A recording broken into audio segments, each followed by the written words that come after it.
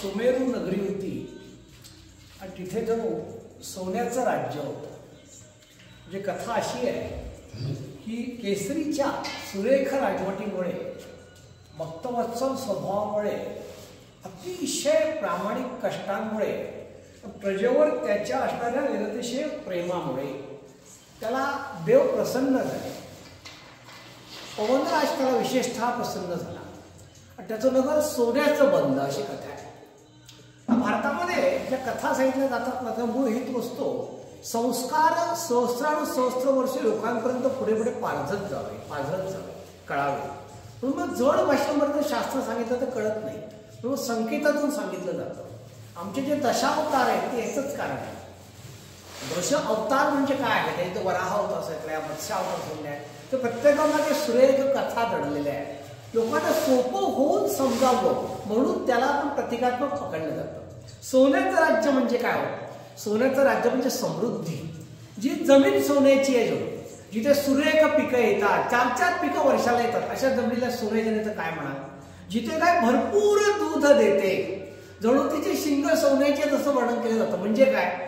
तिच्या गोमयमध्ये ताकद आहे, गोमूत्रामध्ये ताकद आहे, दुधामध्ये ताकद आहे, भरपूर दूध देते अशी गाई. स्त्री कशी? स्त्री रामायणात, गीत रामायणात गरिबाने वर्णन केलंय.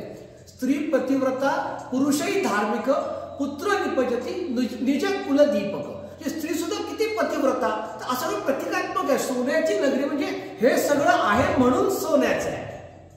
तर ती मिढास राजाची कथा माहिती, हात लावा तिथे सोनं. ते सोनं काय कामाचं, जे खाता येणार नाही, उपभोगता येणार नाही.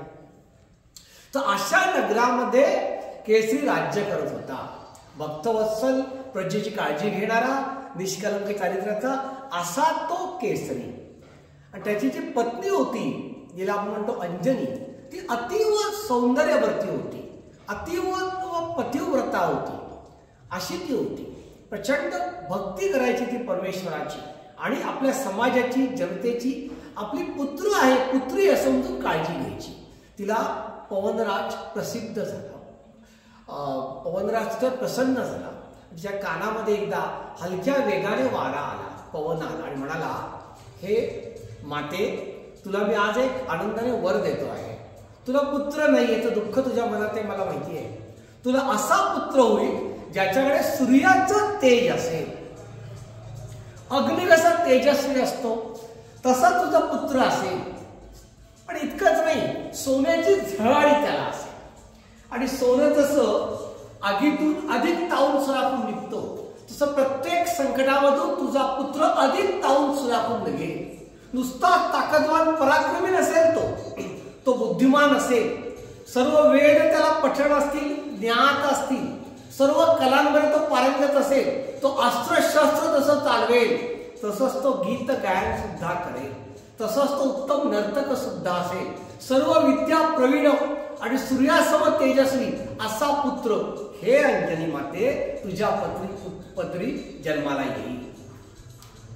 आणि तसंच झालं. रामायणामध्ये असं म्हटलेलं आहे की कार्तिकातल्या कृष्ण चतुर्दशीला हनुमंत जन्माला आला. आणि आणखीन काही ठिकाणी म्हटलेलं आहे चैत्रातल्या पौर्णिमेला उजाडता सूर्य उजाडलेला आलेला आहे नाहीये तेवढ्या वेळामध्ये हनुमंत जन्माला आले. अशा 2 प्रवाद आहेत भारतामध्ये. तर हा जो जन्माला आला, वर्णन केलं होतं त्याचं, तो कसा पुढच्या आयुष्यात असणार आहे याचं पवनराजाने, तसाच जन्माला तो आला. काही वेळ गेला आणि सूर्यनारायण त्याला गवाक्षातून उगवलेले दिसले. कसा असतो सूर्य उगवता तांबूस रंगाचा, छान तेजस्वी, दिसायला सुकुमार असा सूर्य आपल्याला दिसतो. अगदी उजाड बघावं त्याच्याकडे असं वाटतं. नंतर त्याच्या नजरेला आपण नजर नाही देऊ शकत, त्याकडे बघू शकत नाही आपण. पण ती वेळ खूप सुरेख सूर्योदय पाहण्याची असते. बघितला हनुमंताने, छान लाल गोल दिसतो. त्याला भूक लागली होती. त्याला वाटला फळ आहे, खाण्याची गोष्ट आहे, म्हणून त्यांनी त्याच्या पाळण्या होत्या त्यांची झेप घेतली. ती थेट सूर्यनारायणावर हल्ला बोल तरी जडून केला. ब्रह्मांड हादरलं. कोणीतरी प्रथमच आयुष्यामध्ये सहस्र लाखो वर्षाच्या पृथ्वीच्या डायरेक्ट सूर्यावर अटॅक करत होतं.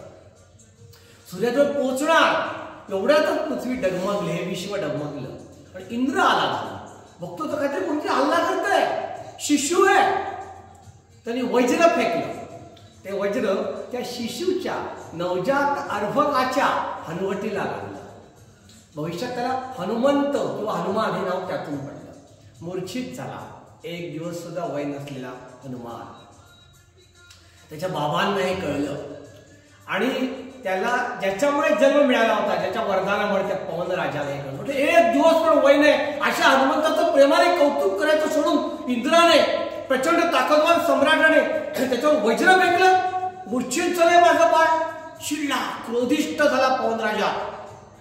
त्याने ठप्प झाला तो. त्यामुळे समस्त विश्वातला वायू थांबला, हवा थांबली, जग चरचर झालं, एकदम मरणप्राय सगळ्यांना त्रास सुरू झाला. सगळं विश्व जणू काही थांबलं.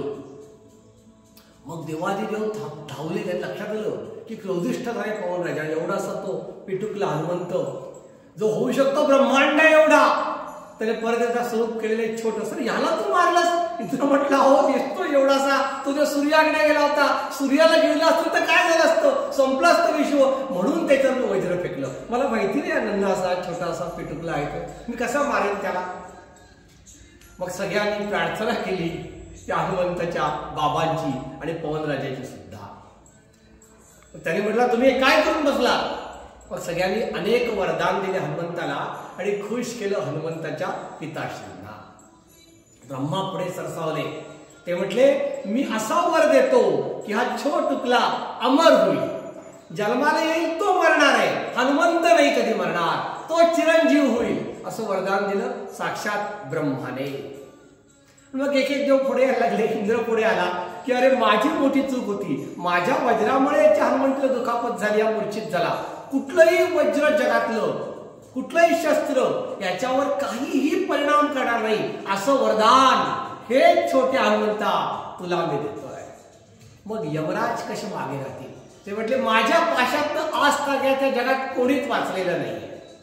माझा पाश, माझी हात, माझा दूत कोणी नाही राहू शकत. पण मी असा वर देतो आजच्या दिवशी की हा हनुमंत कधीही माझं काही याच्यावर चालणार नाही. मग वरुण राजा तिथे आला, जलदेवता तिथे आली. ती कशी मागे राहील त्या छोटुकल्या पराक्रमी बालकाला, उद्याच्या विजयी अजय वीराला वरदान देण्यासाठी. म्हटला कुठल्याही प्रकारचं कितीही पाणी असो तुला काही होणार नाही, कुठेही धावू शकतो, पळू शकतो, चालू शकतो, पाण्यातून तू कितीही वाहू शकतो. अशा सगळ्या देवांमुळे जणू शर्यत लागेल कोण किती वर या हनुमंताला देत आहे. अशा अनेक वरांनी परिपूर्ण झालेला तो हनुमंत त्याच्या कथा भारतामध्ये दक्षिणेतून उत्तरेकडे, पूर्वेकडून पश्चिमेकडे सदैव गायल्या जातात. प्रत्येक गावामध्ये हनुमंताचं मंदिर आहे आणि जिथे मंदिर नाही तिथे छोटीशी मातीची काचेनं मूर्ती करून हनुमंताला पूजलं जातं. असं म्हटलं जातं की हनुमंत म्हटल्यानंतर तुम्हाला राम आपोआप मिळतो. म्हणजे हल्ली एकावर एक फ्री अशी स्कीम आहे ना, तुम्ही